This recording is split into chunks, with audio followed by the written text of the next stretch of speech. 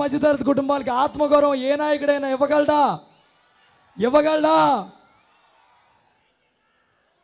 ఒకటే మీ అందరిని అడుగుతున్నా, జగన్మోహన్ రెడ్డి గారు వస్తే మనం ఏ నాయకుడి ఇంటికి వెళ్ళక్కర్లా, ఏ ఆఫీసుల చుట్టూ తిరగక్కర్లా.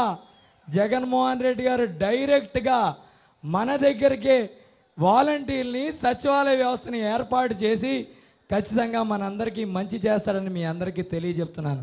అలాగే జగన్మోహన్ రెడ్డి గారు రాగానే యువకులందరి తరపున, ఇక్కడున్న తల్లులందరి తరపున జగన్మోహన్ రెడ్డి గారిని కొన్ని కోరికలు అడగదలుచుకున్నా, అది మీకు ముందలే లీక్ చేస్తున్నాను. ఆయనకి చెప్పే లోపే మీకు లీక్ చేస్తున్నాను.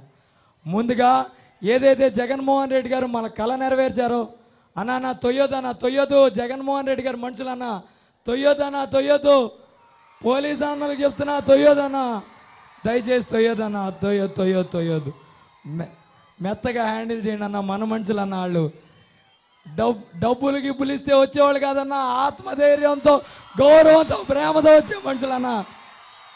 కాబట్టి ప్రేమగా చూసుకోండి అన్న, దయ్యుంచి ప్రేమగా చూసుకోండి అన్న. మన మనుషులు కొద్దిగా మనం కూడా పోలీసులకి చెప్పినట్టుగా కొద్దిగా ఒక అడిగి వెనక్కి జరుగుతాం, ఏం పర్లేదు. జగన్ గారు వచ్చాక మిమ్మల్ని ఎవరూ ఆపలేరు. ఈ టైంలో అయినా కొద్దిగా వాళ్ళ మాటేనండి అన్న. కొద్దిగా అలాగే ఆయన అడగదలుచుకున్న కోరికలు చెప్తాను.